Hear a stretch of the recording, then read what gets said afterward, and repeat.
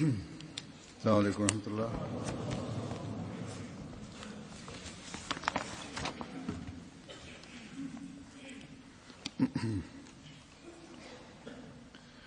أشهد أن لا إله إلا الله وحده لا شريك له وأشهد أن محمدا عبده ورسوله أما بعد فأعوذ بالله من الشيطان الرجيم بسم الله الرحمن الرحيم الحمد لله رب العالمين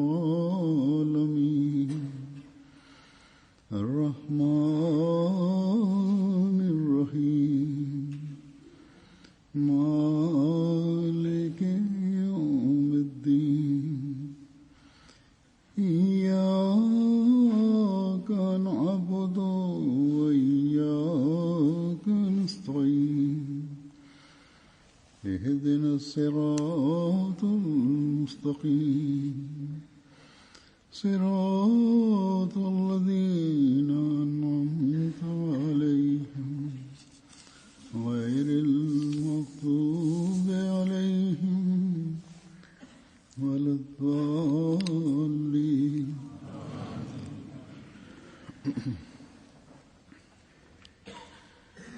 حضرت खलीफतुल मसीह अव्वल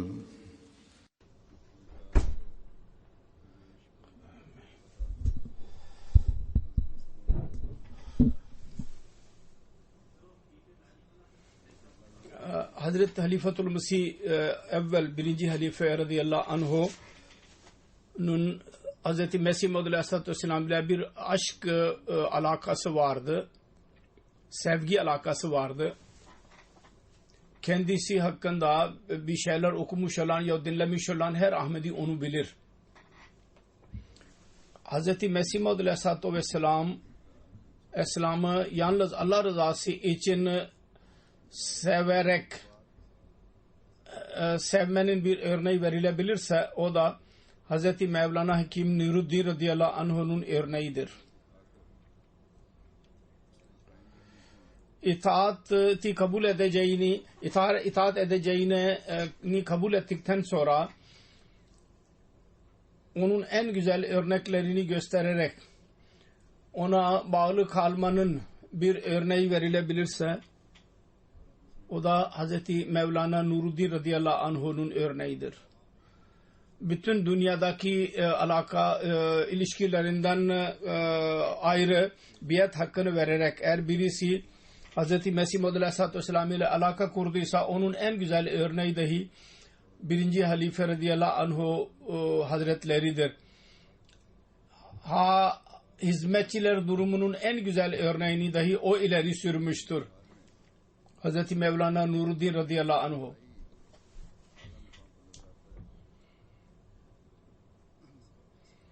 Hz. Mesih Maud Aleyhisselatü Vesselam'ın önünde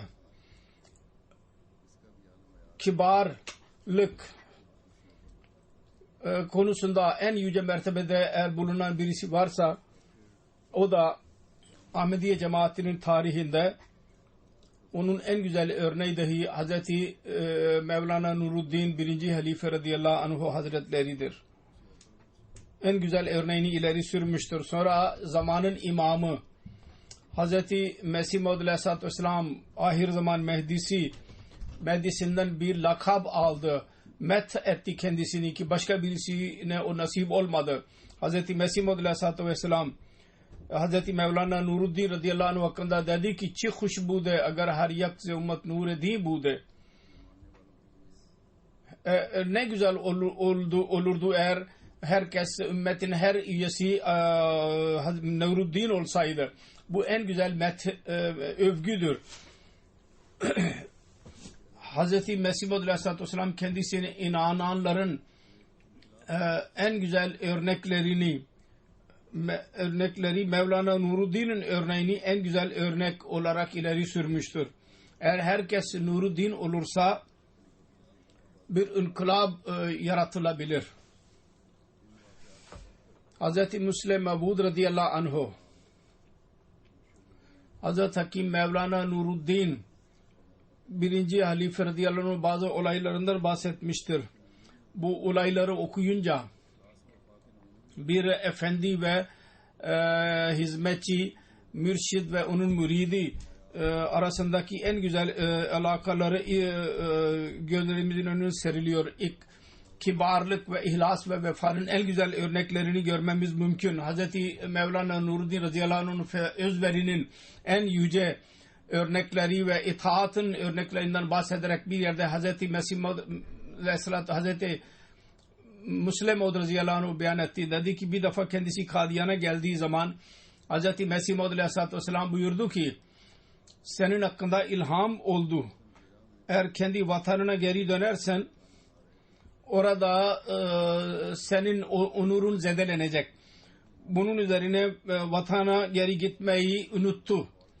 O zaman kendi vatanı olan Bhera'da çok güzel bir ev hazırlıyordu. Diyor ki ben Bhera'ya gittiğim zaman o evi gördüm.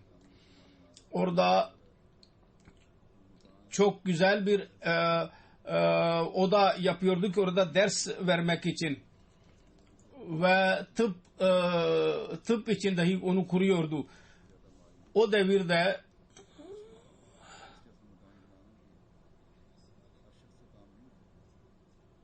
Hz. Mevlana Nuruddin radıyallahu anh özveri yaptığı zaman cemaatin elinde fazla para mal yoktu. O öyle bir ev yapmak dahi her insanın işi değildi. Ancak Hz. Mesih Maud aleyhissalatü vesselam'ın buyruğundan sonra kendi geri giderek o evini görmedi dahi hatta. Bazı kimseler dediler ki siz bir defa gidin ve evinizi görün. Fakat buyurdu ki ben onu Allah-u Teala'nın rızası için terk ettim. Şimdi onu görmeye ne gerek vardır?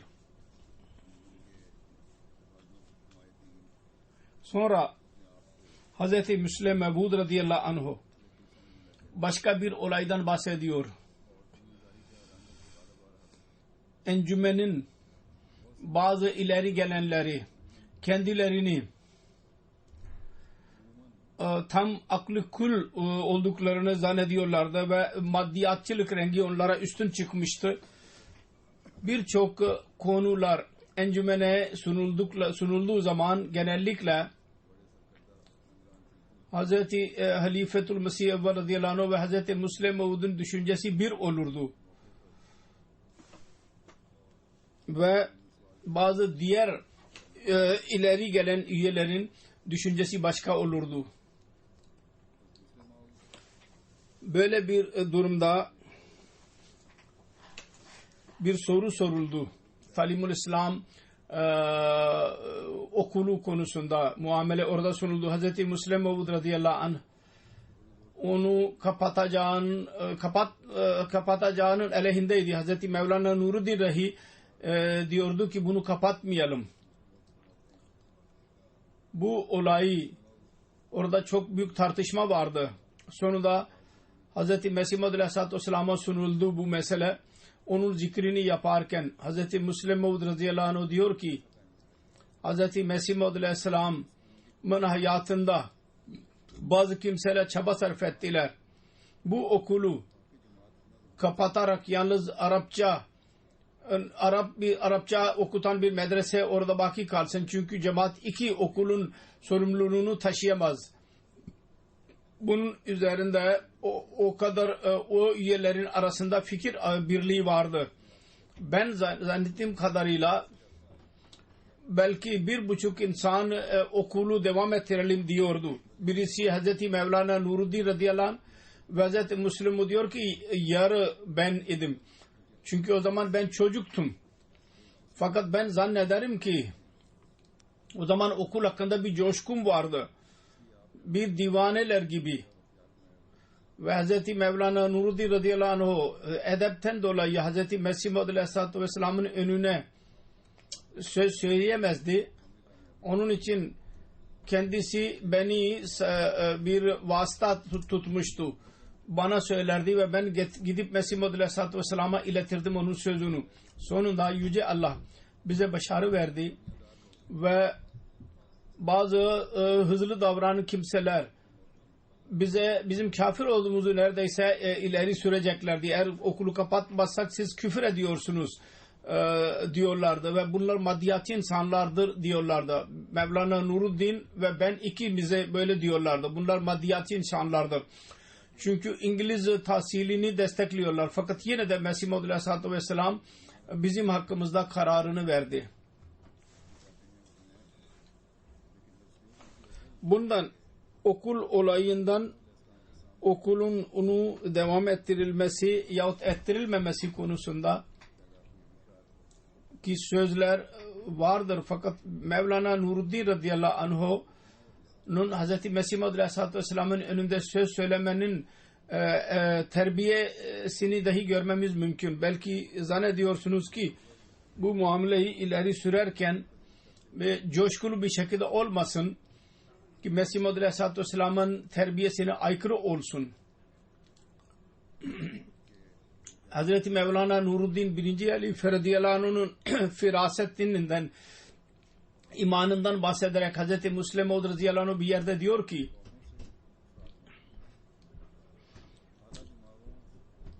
kavimler nasıl oluşur? Bunu beyan ederken diyor ki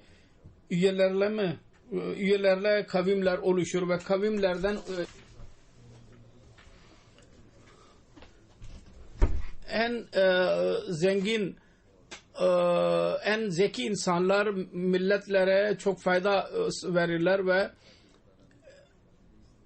onların düzeni zeki insanların eline geçince onlar çok istifade ederler milletler, kavimler. Mesih Maud Aleyhisselatü Vesselam dahi bir cemaat kurdu. Kendisiyle dahi Allah-u Teala aynı muamele yaptı. Kendi iddiasının başında dahi öyle bazı üyeler kendisine inandılar ki onlar kişisel olarak dahi en güzel hizmet yapan kimseler idi. Ve bu konuda kendisine yardım edenler idiler. Kendisine verdiği iş ve Hz. Mevlana Nuruddin radıyallahu anh dahi onlardan bir tanesiydi.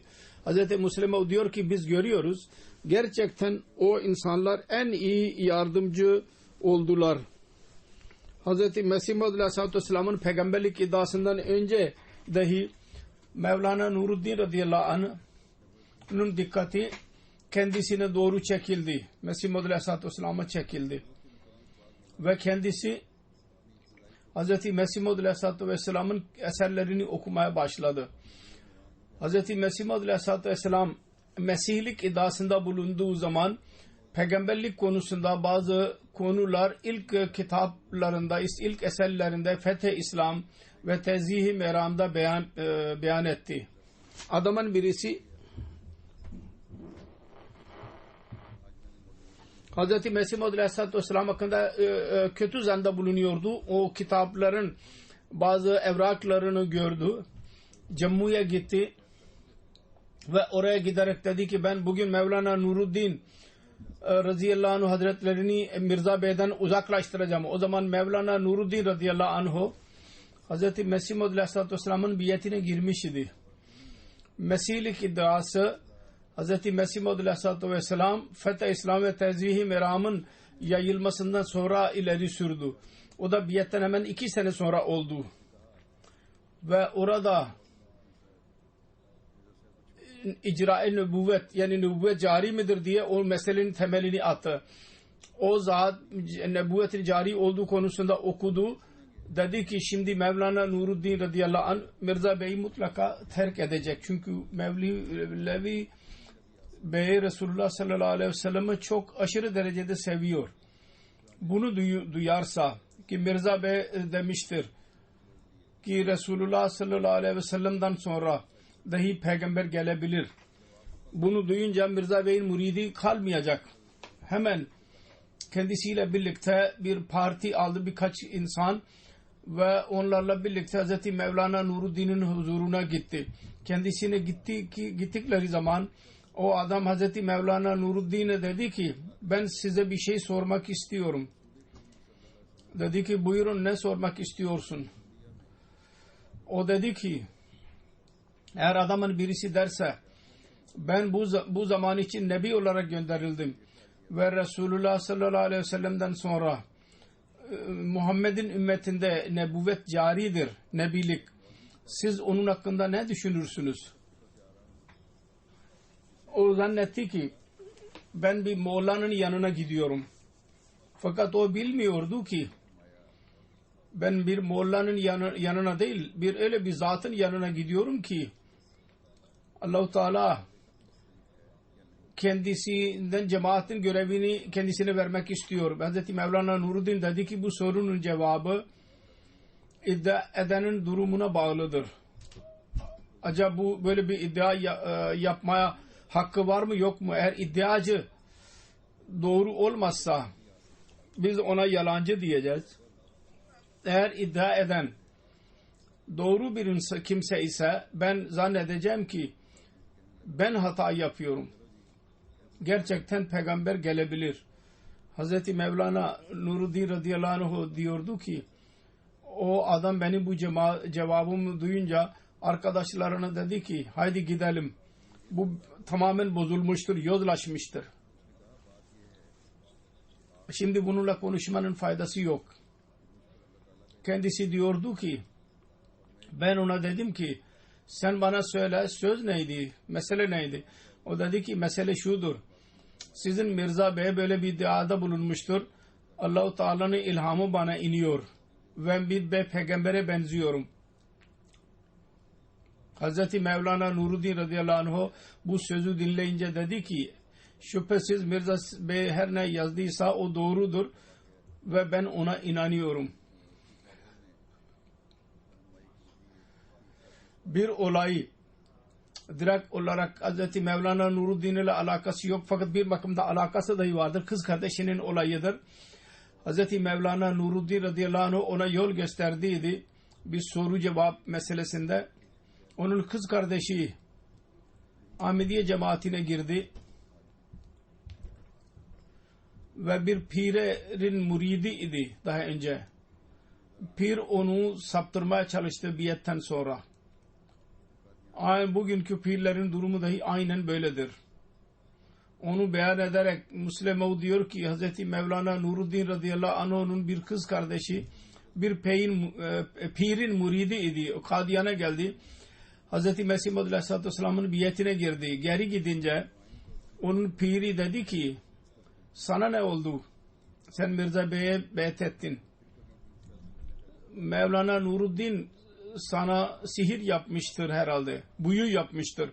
O geldi ve Mevlana Nuruddin'e onun zikrini yaptı. Kendisi dedi ki eğer tekrar Pir Bey ile görüşürsen ona de ki sizin amelleriniz sizinle birliktedir ve benim amellerim benimle birliktedir.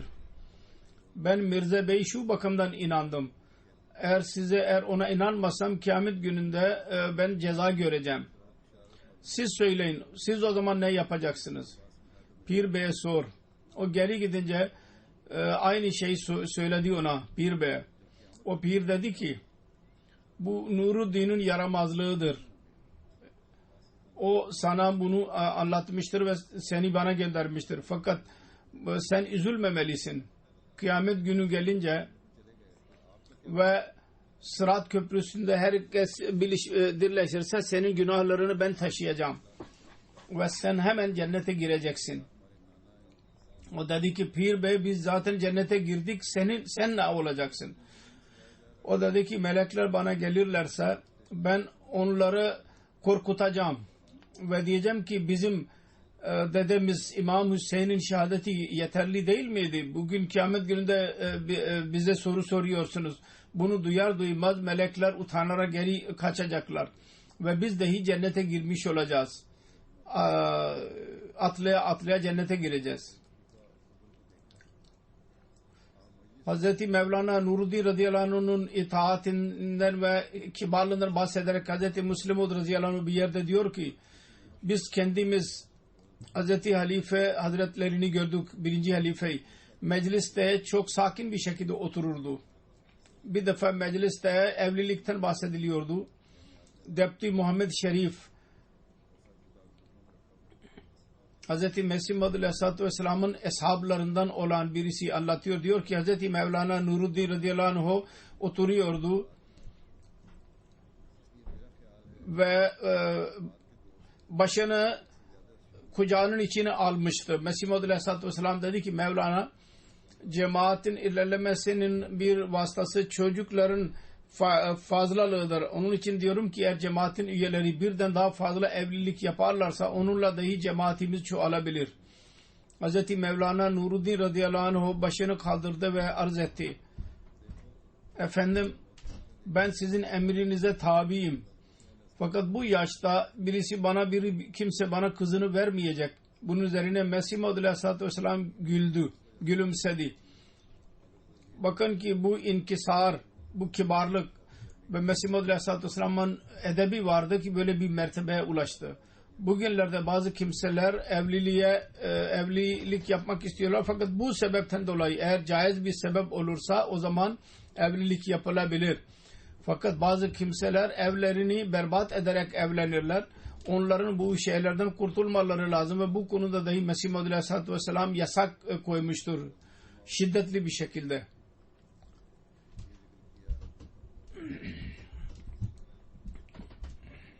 Sonra bunu beyan ettikten sonra Hz. 1. Halife radıyallahu anh, Hz. Müslim Maud radıyallahu anh şu zikir yaptı. Şundan bahsetti. Kendi çocuklar arasında biz bazı kimseleri hilafet ve cemaat hakkında yanlış bir tavır takındılar. Ancak şimdi hala cemaat 1. Halife Hazretlerine itaat ediyor ve kendisine saygı gösteriyor ve kendisi için dua ediyor ve bizim kalplerimizde Allah-u Teala bu inkisar ve kibarlık ve sevgi ki Mesih Maud Aleyhisselatü Vesselam'a karşı olan sevgisini bizim kalbimize indirmiştir. Bazı çocuklar kötü davranışa girdiler fakat yine de biz onun babasının sevgisi kalbimizden silinmiyor. Biz yine de ona dua ediyoruz ve diyoruz ki Allah-u Teala derecelerini yükseltsin. Çünkü kendisi Mesih Maud Aleyhisselatü Vesselam'a inandı. Ne zaman ki bütün dünya kendisine muhalif iken kendisine inandı. Onun için 1. Halife radıyallahu anh'ın bir yeri vardır. O daima kalacak. Burada Mesih Maud Aleyhisselatü Vesselam'ın beyan ettiği şu söz ki cemaatin çoğalmanın bir vasıtası evliliktir. Müslim Maud'un beyanatı şudur. Hz. Müslim Maud konusunda Mesih Maud Aleyhisselatü Vesselam'ın evladı hakkındadır. Diyor ki Hz. Mesih Maud Aleyhisselatü Vesselam bizi evlendirmek istediği zaman olarak şu soru sorardı. Filan adamın elinde ne kadar kardeşi vardı, ne kadar çocukları ve ne kadar kardeşleri vardır ve onların çocukları nelerdir? Mia Beşir Ahmed bir yerde kendisini evlendirmek istiyorduk. Mesih Maud Aleyhisselam sordu. Bu ailenin ne kadar çocukları vardır? Kendisi öğrendi ki 7 erkektir. Mesih Maud Aleyhisselatü Vesselam dedi ki bütün şeylere dikkat etmeden önce çok iyidir. Burada evlendirelim. Benim ve Mia Beşir Ahmed'in evlilikleri birlikte olmuştu. Biz ikimizin evliliği zamanımızda Mesih Maud Aleyhisselatü Vesselam aynısını sormuştu.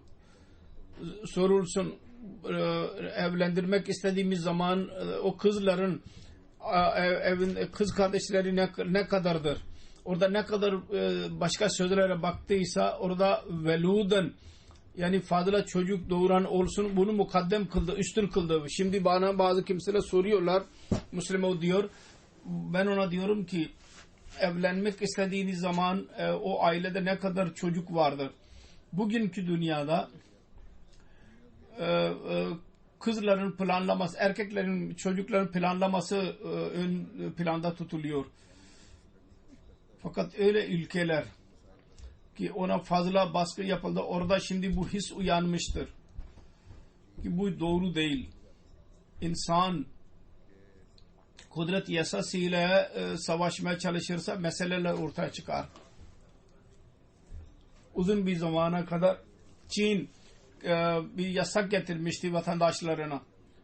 Birden daha fazla çocuk doğuramazlar. Yoksa ceza vereceğiz, para cezasını dahi çarptıracağız. Öyle olaylar dahi oldu ki insanlar çocuklarını zayi ettiler yahut doğduktan sonra onları öldürdüler. Fakat şimdi hissetmeye başladılar ve şimdi o yasayı kaldırdılar. Neden? Diğer bazı ülkeler dahi orada yasak vardır ve şimdi deniliyor ki eğer bu yasak devam ederse o ülkelerde belli bir müddet sonra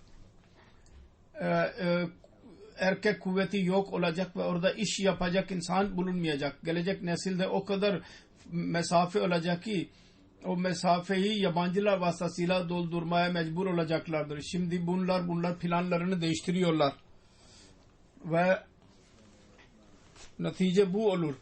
Allah-u Teala'nın yasasıyla insan savaşmaya başladığı zaman kendisinin akli kül olduğunu kabul etmeye başlarsa, şimdi bunlar üzülüyorlar. Bizim nesillerimizde bir nesilden ikinci nesile kadar bir boşluk olacak. Onu doldurmak nasıl dolduracağız? Sonra kavim ondan mutlaka zarara girecek diye düşünmeye başlamalılardır. Bu aradaki bir söz idi. Kısacası Hz. Müslim Mevud radıyallahu anh'u Hz. Halifatul Mesih Evvel radıyallahu ta'ala'nın kibarlığının ve ihlasının bir olayını beyan ediyor. Diyor ki hizmet için değişik malzemeler gerekli olur.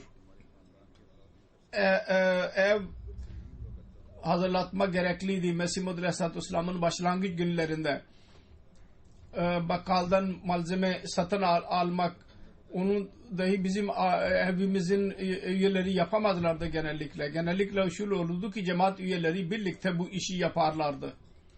O zaman yol buydu. Langarhane yoktu o zaman misafirler için. Eğer odun gelirse ve onu saklamak istiyorsak kız derdi ki odun gelmiştir, biri erkek varsa gelsin ve onu oradan indirsin. Ateş yakmak için 5-6 kişi var olan gelirlerdi ve odunu odanın içine koyarlardı. 2-3 defa böyle oldu. İş için hizmetçi kız seslendi ama kimse gelmedi. Bir seferinde langarhane için bir odun geldi.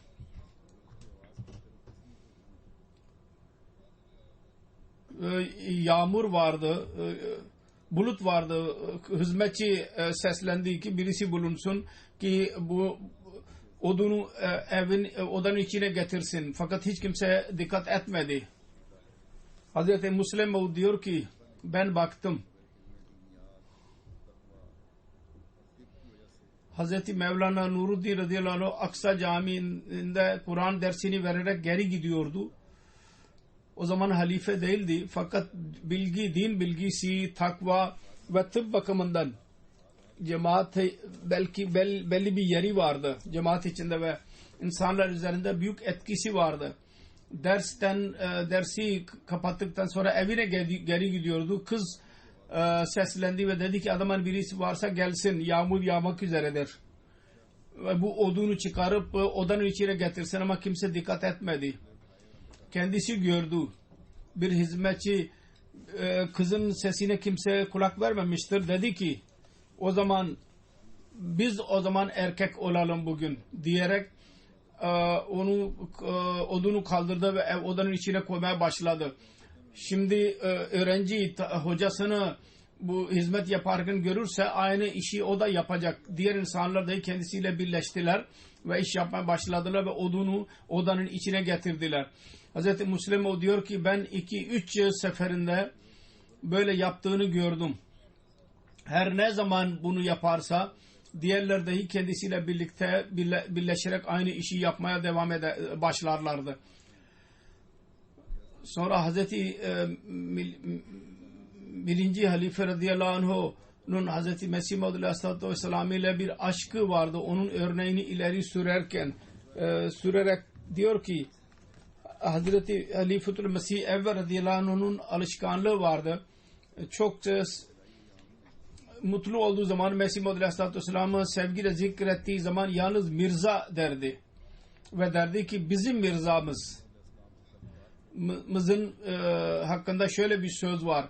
İlk günlerde Mesih Maud aleyhissalatü vesselam'ın daha iddiası yok iken, çünkü Mesih Maud aleyhissalatü vesselam ile alakası vardı. Ondan dolayı bu dili üzerinde bu kelime vardı. Birçok cahil o zaman itiraz ederlerdi ve derlerdi ki Hz. Mevlana Nuruddin'in kalbinde el-İyazu billah Mesih Maud aleyhissalatü vesselam'ın edebi terbiyesi yoktur. Mesih Maud aleyhissalatü vesselam'ın zamanında genellikle insanlar kendisine, yani Mevlana Nuruddin 1. Halife radıyallahu anh hazretlerine Mevlevi yahut büyük Mevlevi derlerdi. Müslim o diyor ki ben birkaç defa bu itiraz duydum insanların dilinden. Ve Hz.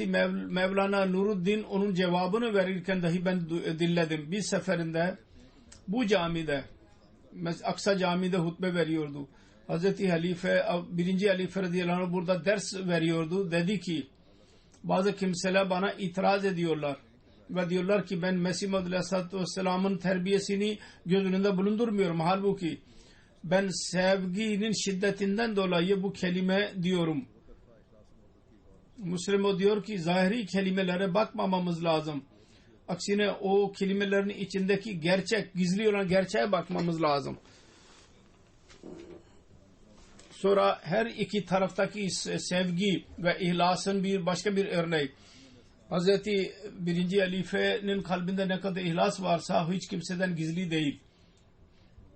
Hazreti Müslim o diyor ki fakat çok hızlı yürümeye alışık değildi ve Mesih Maud aleyhissalatü vesselam dışarı yürüyüşe gittiği zaman Hz. Mevlana Nuruddin dahi birlikte olurdu. Fakat belli bir müddet yürüdükten sonra Mesih Maud aleyhissalatü vesselam hızlanırdı ve Mevlana Nuruddin radıyallahu anh kasabanın dışında bir ağaç vardı ve orada otururdu. Mesih Maud aleyhissalatü vesselam dönüşte kendisiyle birlikte yürürdü. Birisi Mesih Maud aleyhissalatü vesselam'a zikretti. Hz. Mevlana Nuruddin yürüyüşe çıkmıyor. Dedi ki Mesih Maud aleyhisselam o her gün geliyor. Bunun üzerine kendisine anlatıldı ki yürüyüş için ev gidiyor fakat sonra orada bir ağacın gölgesinde oturuyor ve geri döndüğü zaman birlikte oluyor ve ondan sonra Mesih Maud aleyhissalatü vesselam daima Hz. Halife radıyallahu anh yürüyüşte beraber tutardı. Kendisi hızlandığı zaman ve Mevlana Nuruddin radıyallahu anh geri kaldığı zaman yürürken Mesih Maud aleyhissalatü vesselam dururdu ve derdi ki Mevlevi sahip filan söz nasıldır?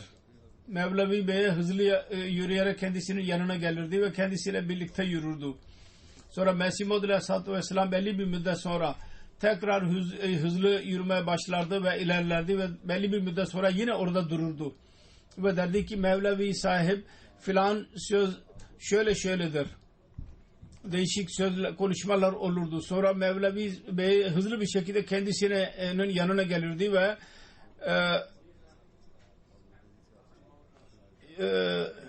Mesih Maud aleyhissalatü vesselam kendisiyle birlikte tutardı. 30-40 adım attıktan sonra Mevlevi sahibi yine geri kalırdı ve Mesih Maud aleyhisselam bir şey söyleyerek Mevlana Nuruddin'e bir şey söylerdi ve o da hızlı bir şekilde gelip kendisiyle birlikte birleşirdi. Mesih Maud aleyhissalatü vesselam istiyordu ki Mevlevi sahip hızlı bir şekilde alışsın yürümeye. Bu alışık olmadığından dolayı yavaş yürüdü. Çünkü tıp meselesi öyledir ki insan genellikle yerde oturur. Dışarıda bir hastayı görmek için tesadüf olursa orada bir binek olur. Onun için Mevlana Nuruddin radıyallahu anh hızlı yürümeye alışık değildi. Fakat ihlas konusunda ne kadar kendisinde var idiyse onun hakkında Hz. Mesih Maud aleyhisselam bizzat diyor ki çe huş bude agar har yak ümmet Nuruddin bude. Eğer ümmetin her birisi Nuruddin olsaydı ne güzel olurdu. Sonra başka bir örnek Mevlana Nuruddin'in ihlası belli oluyor ondan. Beyan ediyor Müslim Maud radıyallahu anh onu. 1. Halife radıyallahu anh bir seferinde kendi kliniğinde oturuyordu. Mesih Maud Aleyhisselatü Vesselam Delhi'deydi. Orada Mir Bey çok hastalandı. O kadar sancısı oldu midesinde. Dediler ki ameliyat lazım, doktorlar dediler. Bazıları dediler ki ameliyat olmadan dahi bazı ilaçlarla tedavi edilebilir. Onun için Mesih Maud Aleyhisselatü Vesselam Hazreti Mevlana Nuruddin radıyallahu anh'a hemen haber verdi. Hemen gelin, hangi durumda iseniz gelin. Kendisi klinikte oturuyordu. Üzerinde parası dahi yoktu yanında ve ceketi dahi yoktu. Hakim Gulam Mahmud merhum Amritsar'ı birlikte aldı. Bu aynı şekilde oradan kalkıp yürüdü. Hakim Gulam Muhammed dedi ki ben evden bir para alayım geleyim. Dedi ki hayır, emir budur. Ne durumda iseniz gelin. Herkes bilir ki Mevlana Nuruddin radıyallahu anh yavaş yürüdü. Daha önce beyan edildiği gibi. Hz. Mesih Maud Aleyhisselatü Vesselam yürüye gittiği zaman geri kalırdı ve sorardı Mesih Maud Aleyhisselam nerededir Mevlana Nuruddin? Sonra yine birleşirdi ve sonra yine geri kalırdı. Galiba Hakim Gulam Mahmud Bey ile birlikte alarak Yayan Betala'ya gitti, istasyona gitti ve orada bekledi. Yürürken zayıf idi fakat emir vardı hemen gel. Onun için hemen Yayan gitti ve Betala'ya ulaştı. Şimdi bakın ihlas budur, itaat budur. Fazla yürümek konusunda zorlanırdı fakat emir vardı. Betala'ya kadar aşağı yukarı 20 kilometre Yayan gitti. Hakim Bey dedi ki şimdi kira nerede bulacağız? Mevlana Nuruddin dedi ki burada otur. Allah-u Teala bize mutlaka yardım edecek. Bu tevekkülün örneğidir. Adamın birisi geldi ve sordu. Siz Hakim Nuruddin ve siz misiniz? Dedi ki evet benim. Dedi ki daha tren gelmesine 15 dakika var. Ben müdüre söyledim. Sizi beklesin. Ben batalyanın kaymakamıyım. Benim karım çok hastadır. Lütfen gelin ve onu görün. Gitti. Kadını gördü ve ilaç yazdı ve ondan sonra geri geldi. Kaymakam geldi ve dedi ki ben bileti getireceğim. Siz otobüste, siz trende oturun. O da 2 bilet getirdi ve 50 rupi verdi. Mevlana Nuruddin Delhi'ye ulaştı ve Mir Bey'e ilaç verdi. Bu asıl tevekkül budur. Allah-u Teala görüyor ki benim kulumun tevekkülü doğru mudur değil midir? Mümkündür. Bu sınamak için insan aç dahi bırakır. Her yerde onun sözünü tamamlamaz. Bazen sınama olur ve insan aç kalır. Ölüme yaklaştırır bazen. Ki insana göstersin ki bu benim kulum tevekkül ediyor. Bazen böyle bir olaylar oluyor. Müslüman o diyor ki bazen ölüyor ki insanın üzerinde elbise dahi olmaz. Ve insana Allah-u Teala ilham eder. Bazen kelimesel ilham vasıtasıyla yardım eder. Bazı kimselere onun durumunu göstererek insanların kalbine indirir yardım ettiği için. Fakat tevekkül eden bir insandan dilenmez. Allah-u Teala'ya güvenir. O bana mutlaka yardım edecek. Tevekkül eden başkasının yerine gitmezler. Allah-u Teala onların ihtiyaçlarını gidermek için insanları onlara gönderir. Bu tevekkülün en yüce mertebesidir. Kendisi o bu tevekkül mertebesine sahip idi.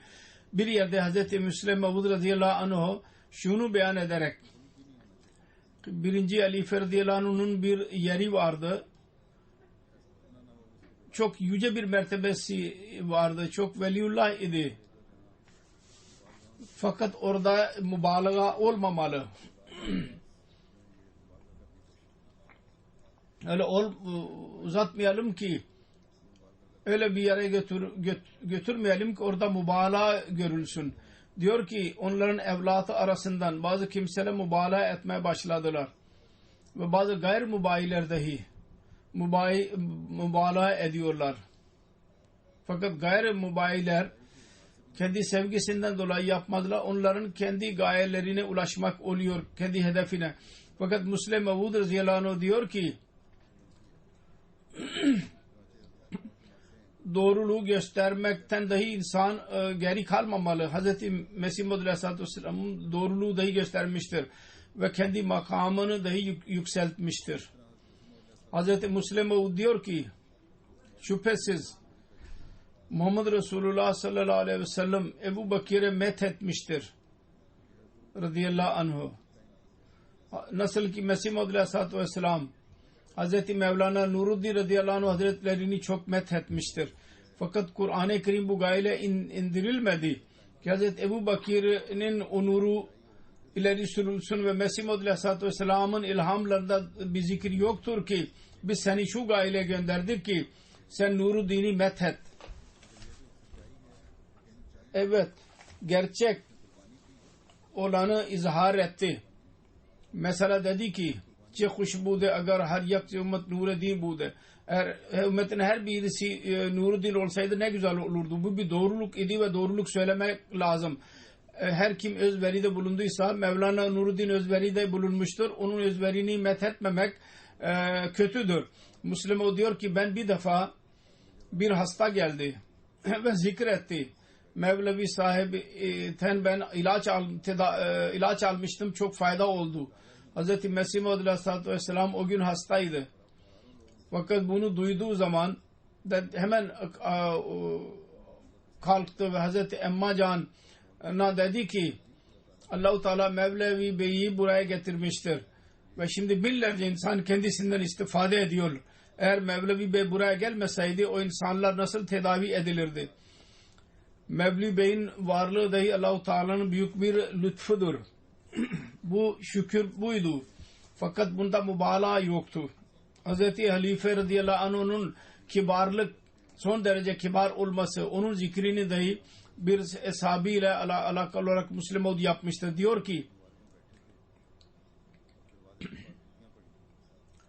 eshabın birisinin olayını beyan ediyor. Diyor ki ben bir defa Mesih Maud Aleyhisselatü Vesselam ile görüşmek için geldim. Kendisi mübarek camiindeydi ve kapının yanında orada ayakkabılar vardı. Adamın birisi sade bir elbiseli orada oturdu ve ayakkabıların içinde oturdu. Sahabi diyor ki ben ona dedim ki belki bir hasta ayakkabını çalacak ki ben de korumaya başladım ki çalıp götürmesin. Belli bir müddet sonra Hz. Mesih Maud Aleyhisselatü Vesselam öldü ve ben duydum ki kendi yanında başka birisi halife seçilmiştir. Ben biat için geldim. Biat için elimi uzattığım zaman bir de ne göreyim ki aynı zattır. Ben cahilliğimden dolayı ona ayakkabı çalan birisi olarak zannetmiştim. Yani Mevlana Nuruddin ve ben çok utandım. Kendi alışkanlığı vardı. En geride kalırdı ayakkabının bulunduğu yerde ve Mesih Maud Aleyhisselatü Vesselam seslenirdi ve biraz ilerlerdi. Sonra tekrar derdi ki Mevlana Nuruddin Bey gelmedi. Sonra biraz daha ilerledi. Birçok defa söylemesi üzerine ön safhaya gelirdi. O sahabi diyor ki ben onun çocuklarını dahi derdim. Bu mukam, onun elde ettiği mukam böyle kibarlıkla elde edilir. Kısacası bu kendi kibarlığı buydu.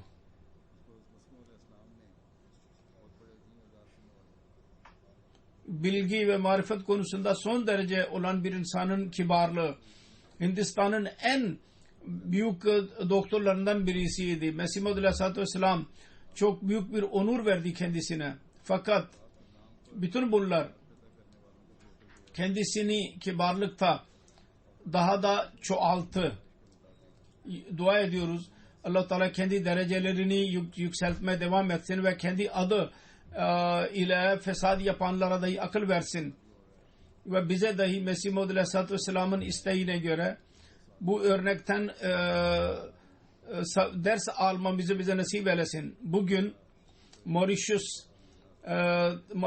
cemaatinin celsa salanası vardır. Yıllık toplantısı ve orada cemaat kurularından beri 100 sene geçmiştir ve onlar 100 yıllık yıllığını kutluyorlar. Allah-u Teala onların celselerini dahi bereket eylesin ve bu 100 yıl gelecek orada yepyeni gelişmelere sebep olsun.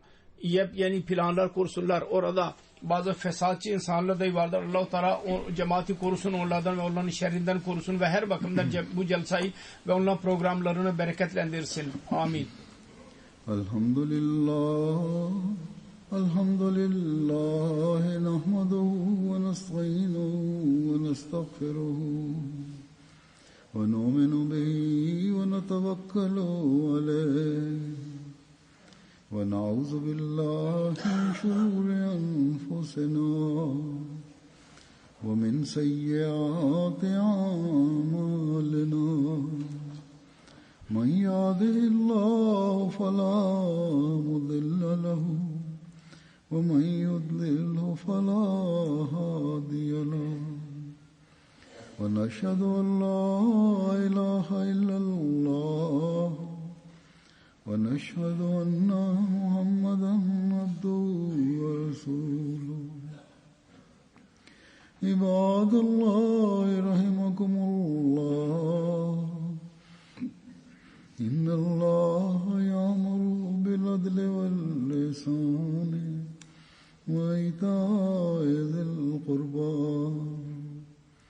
وينهى عن الفحشاء والمنكر والبغي يعظكم لعلكم تذكرون اذكروا الله يذكركم وادعوه يستجب لكم ولذكر الله أكبر.